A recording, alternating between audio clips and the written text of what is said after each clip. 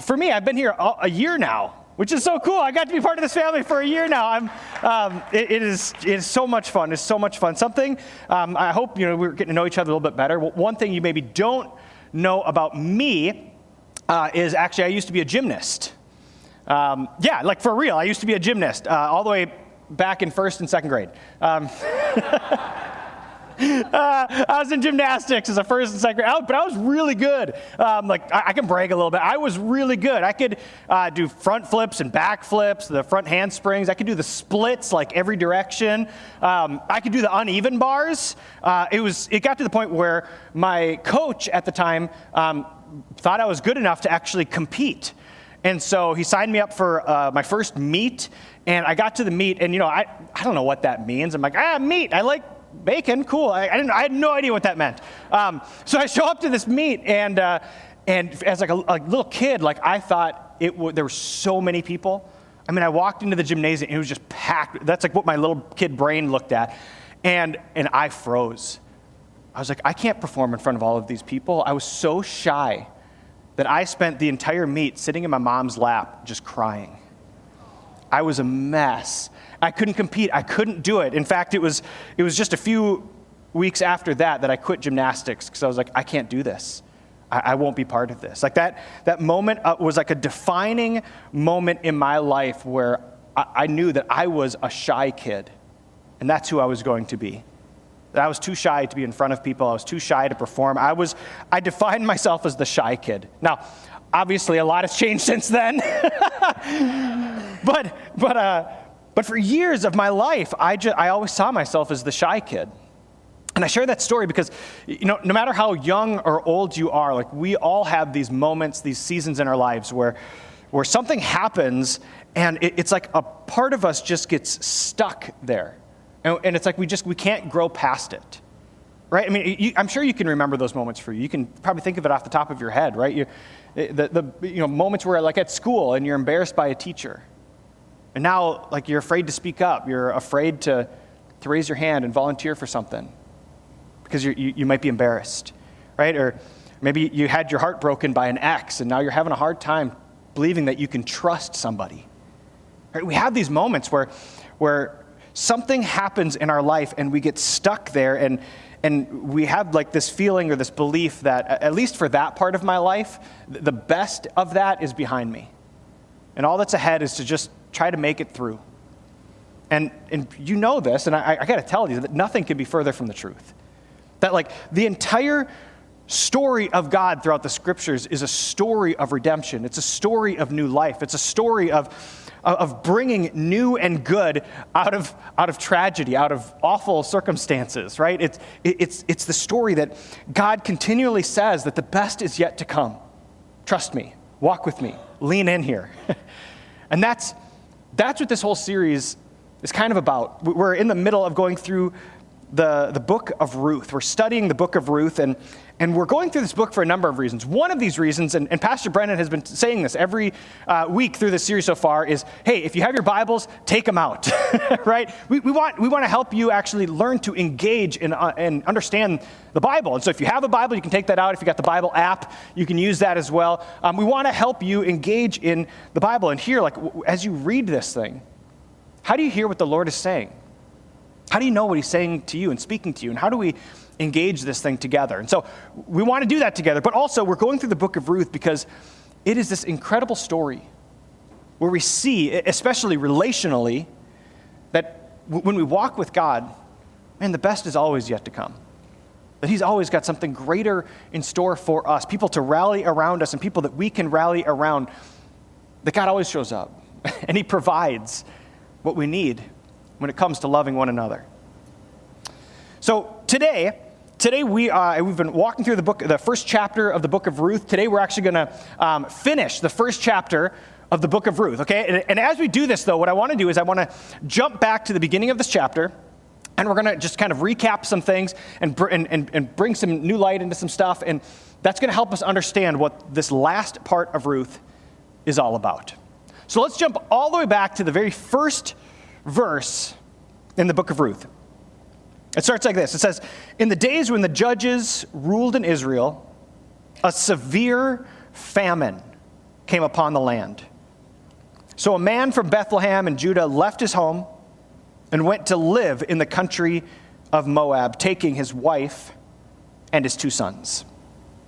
Now, this is the opening line of the book of Ruth. The book of Ruth, it begins with tragedy. That's how the whole story begins, that there is a famine happening, a severe famine happening in the land. Now, famines happen. Like, that's just a lot what we read about in history. But this is particularly startling because it's not just any old famine. This is a famine happening in God's promised land. This is the place God's called his people to be. This is the place where God's people are supposed to be thriving and flourishing. And what we learn is there's a famine. People are starving. It leads me to the first question I want to ask us today. And as we go through this morning, I want to ask you 4 different questions. The first question that this leads me to ask is, what tragedies have happened to you? Right? What tragedies have happened to you? I mean, we start this book of Ruth, and it opens up with tragedy. And again, no matter how young or old we are, tragedies happen. And sometimes tragedies are really truly what happened to you. Right? Maybe that's what comes to mind. It's something that actually happened. It happened to you, right? Maybe as a kid, or even as a coworker, you were bullied. You were betrayed by a close friend. Right? You had an alcoholic father who was abusive. Right? A tragedy that truly happened to you. But sometimes tragedies are also self-inflicted. Right? There's some tragedies that we walk into ourselves. Right? We're a gossip. And we got caught, right? We compromised our character to fit in, and now we're finding ourselves doing things that we never intended to be doing, right? We got caught up in a bit of a gambling addiction, and now our finances are struggling, and our relationships are struggling, right? They're tragedies, but they're self-inflicted. They're things that we kind of walked into and chose ourselves. What tragedies have happened to you? How would you answer that question for yourself? See, the opening verse in Ruth, it begins with a tragedy. And so we learn that this family of 4, they pack up and they move to the country of Moab. Now, what's important to know about Moab throughout the Bible is, the way I like to think about it is, Moab throughout the Bible is like the evil opposite of God's people. That's who Moab is throughout the Bible. That Moab, they're a people who have a different religion. They follow a different God. They live in ways that are contrary and counter to how God designed people to live. In fact, if you look at that word Moab in the Hebrew, in the original language, it can be translated a couple different ways, but it's actually an idiom that Moab means people of incest. That's who Moab is. And what happens is that this family of 4, when tragedy strikes in the promised land, right, the famine comes, they choose to leave God's protection, God's provision, God's promised land, and they go to a place that they never should have gone. They leave to Moab. If I can put it maybe a little bit differently, they respond to tragedy by walking into more tragedy. So who is this family of 4? Who are these people? Well, in verse 2, we learn who they are, right? The man's name was Elimelech, and his wife was Naomi, and their 2 sons were Mahlon and Chilion. Now, back in this day, a name wasn't just a name, right? Back, especially in the Old Testament, a name was like your identity. A name was a declaration of who you were destined to be, who you were designed to be. A name is packed with meaning. So, if you look at like the name Elimelech means God is king.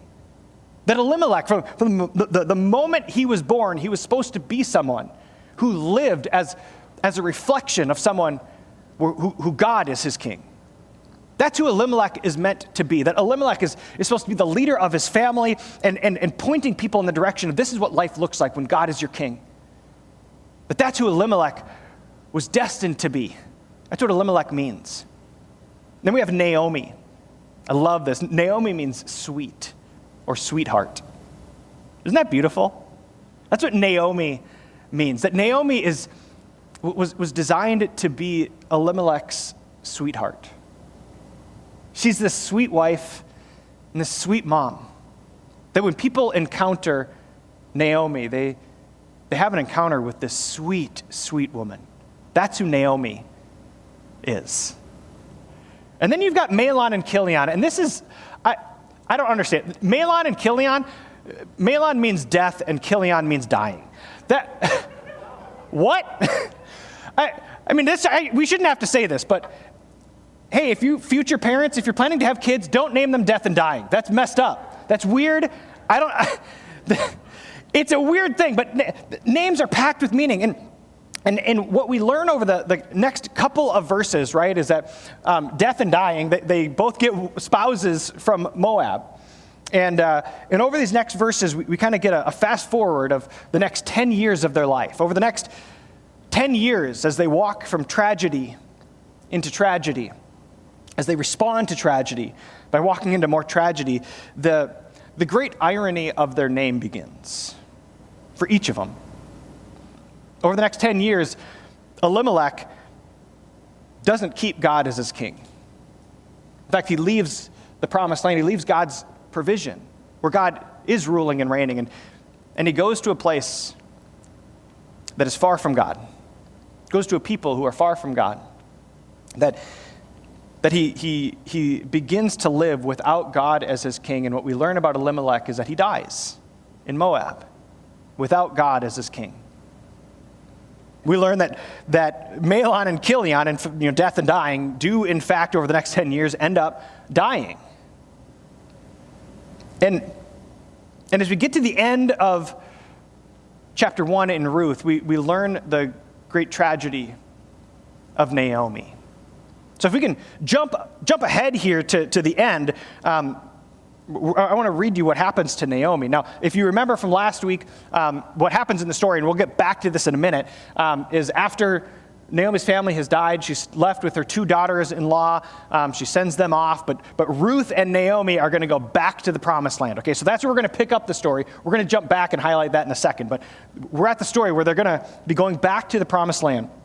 It says, so picking up in verse 19, it says, so Naomi and Ruth continued on their journey. And when they came to Bethlehem, the place where Naomi's from, the entire town was excited by their arrival. Is it really Naomi? The women asked, right? They recognized her. She's back after 10 years. Is that really her? But here's what Naomi says. She says, don't call me Naomi. Instead, call me Mara. For the Almighty has made life very bitter for me. I went away full, but the Lord has brought me home empty. Why call me Naomi when the Lord has caused me to suffer, and the Almighty has sent such tragedy upon me? Whew. Naomi, the sweet woman, goes from being sweet to changing her name to Mara, which means bitter.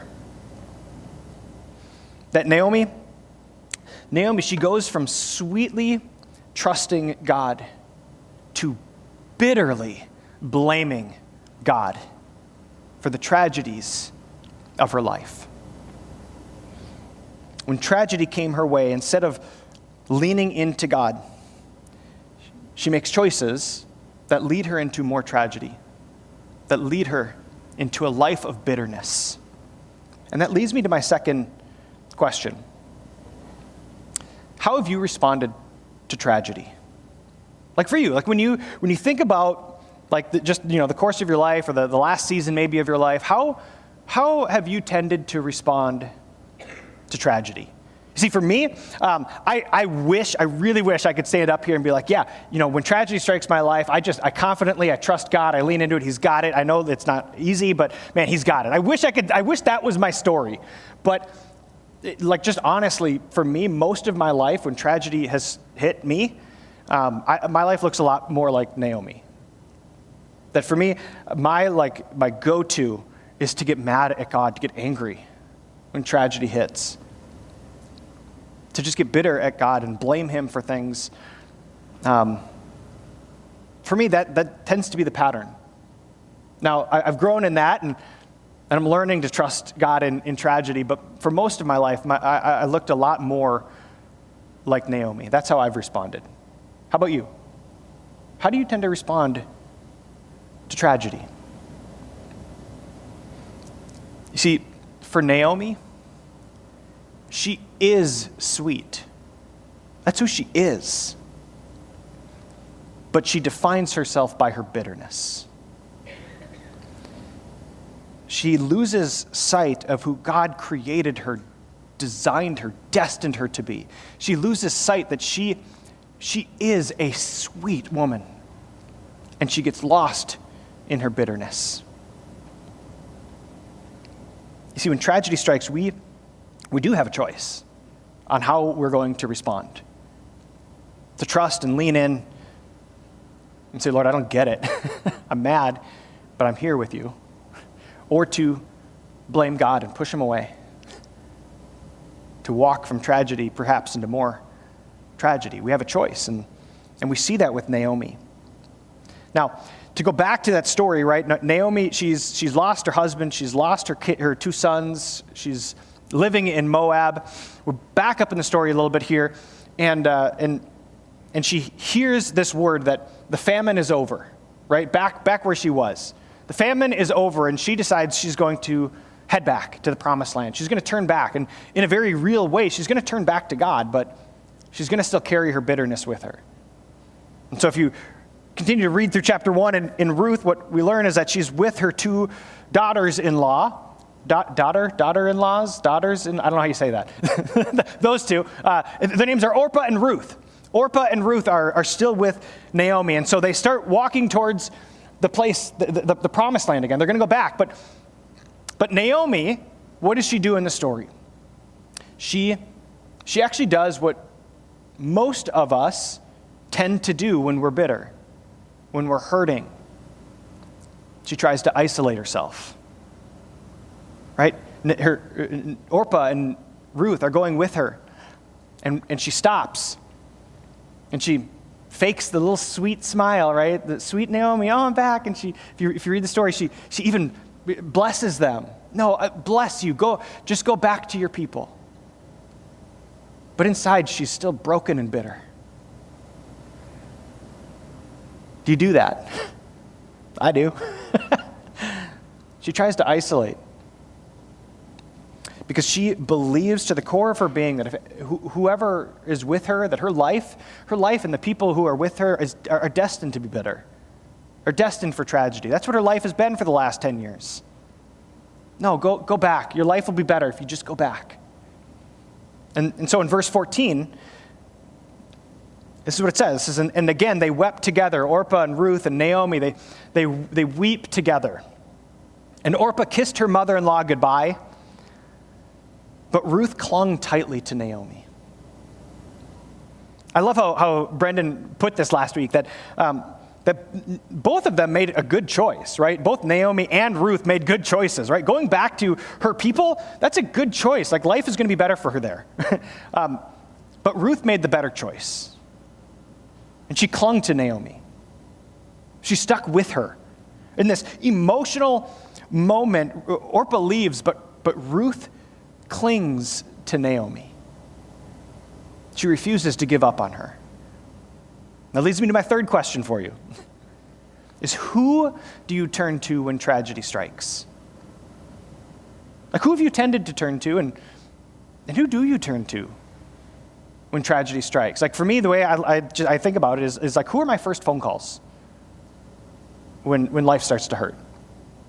Who do you turn to when tragedy strikes? Because what I've learned is that when tragedy strikes, it's good to be with people who are safe to grieve with. Do you have people like that in your life? For me, this is something I'm really proud of myself, that I've spent the last 20 years trying to build friends like that, trying to invest in friends like that. Friends that we can cry together and be together, friends that will rally around each other when family members die, when there's miscarriages, when marriages are struggling, when divorces happen. Friends that will rally around each other. and be with each other. Friends who are safe to even just confess our issues to one another. We're not going to judge one another or condemn one another or shame each other. But friends that'll just be with each other. Call each other forward. Be safe to just grieve with and walk with you through it. Like for me, honestly, it's because of the friends that I have in my life that is in large part why I am the way that I am today. And why I'm able to continue to become the person that God has called me to become. Because I have people in my life who continue to call me forward, who speak out what is true in me, and not just what I'm feeling in the moment or in that season. You know what I love about Ruth? Naomi is so bitter that she changes her name to Mara, right? Which means bitter.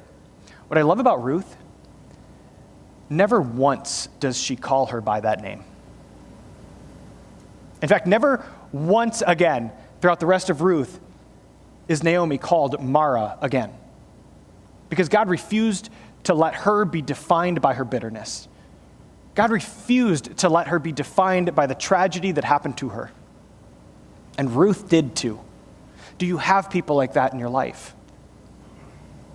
People who are safe to be with, who will walk with you through tragedy, but will never define you by it. That's who Ruth is. I told you, I've been able to be part of this family for a year now, and what I know to be true about this particular community is that each and every one of you are willing to be that for one another, to be someone who is safe to be with. I know that about you. I've experienced that from many of you. But here's the question I want to ask is, I know you are willing to be that for one another, but are you willing to ask that from one another when you're walking through tragedy? That's a hard one, isn't it? I mean, for me, when I'm hurting, I don't want to be a burden, right? I don't want to put that on someone else. And so I keep it to myself, and what I need is people. Are you willing to ask that from the people that are ready and wanting to rally around you? Because I know each of you are willing to be that for each other. But are you willing to ask? Now, as we come to the end of Ruth, before we wrap up this chapter, I want to go back and ask one last thing, because we've learned about Elimelech, we've learned about death and dying, weird. We've learned about Naomi, but the book is called Ruth. Who is Ruth? Who is this woman? We've learned nothing about her yet. Who is Ruth? Well, the very last verse in Ruth gives us a bit of an insight as to who she actually is. In verse 22, it says this. It says, "So Naomi returned from Moab, accompanied by her daughter-in-law Ruth." Here it is. "The young Moabite woman." Who's Ruth? Well, she's a Moabite. She's someone who was born from incest. That's who Ruth is. Who's Ruth? She's someone who was born into tragedy. She was born in the place that is far from God. She was born in the place that has a different religion, that follows a different God. She was taught from the moment she was born to live counter and contrary to the way that God had designed her. Who is Ruth? She's a widow with no kids to take care of her.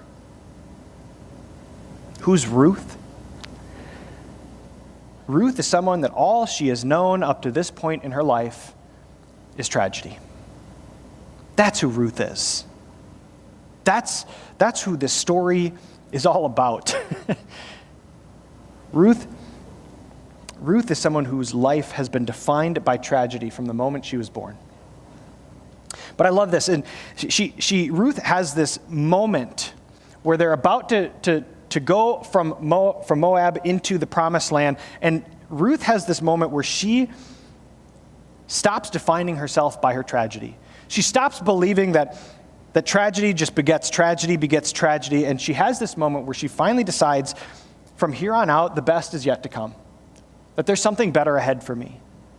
And when she turns and she clings to Naomi and she goes back to the promised land, she has this moment where she decides something better is ahead for me now. And she has this conversation with Naomi that is just beautiful, this incredible thing. And Brendan taught on this all last week. You got to go back. If you missed that, go back, listen to that, watch that. But here's the highlighted passage in verse 16. And this is what Ruth says to Naomi. This moment where she decides, no, life is going to look different from now on. Ruth says, wherever you go, I will go. Wherever you live, I will live. Your people will be my people, and your God will be my God. Wherever you die, I will die, and there I will be buried. May the Lord punish me severely if I allow anything but death to separate us. Whew. Isn't that powerful? Isn't that incredible? Naomi, no matter what happens from here on out, I'm with you. Your people are my people. Your God is my God. I'm with you. If anything but death separates us, I'm with you. See, what Naomi is actually, or what Ruth is doing here, she's actually giving us a glimpse into what Jesus is like. It's like this little foreshadowing of who Jesus is going to be. If you look back, what Ruth says to Naomi, listen, wherever you go, I go. But Jesus says, I will be with you always. Where Ruth says, wherever you live, I will live, Jesus says, I will send my Spirit to live in you. Where Ruth says, wherever you die, I will die, Jesus says, I'll lay down my life for you. Where Ruth says only death can separate us, Jesus says nothing, not even death, will separate you from his love, from the love of your heavenly Father. You see, what Ruth is doing is giving us a little foreshadow, a little taste of what Jesus will be like, what Jesus is like. What I know to be true about Jesus is that he will never define you by your tragedy, that he has called you to something greater. He has designed you for something greater. Even Jesus isn't defined by his greatest tragedy, right? I mean, the symbol for the Christian faith is the cross, and yet there is no Good Friday, there is no cross without Easter. Right? The defining thing about Jesus isn't the cross. The defining thing about Jesus is his resurrection. It's new life. It's something greater. It's something better. It's that even out of tragedy, God will bring about something new and fresh and good. That the best is always yet to come with Jesus.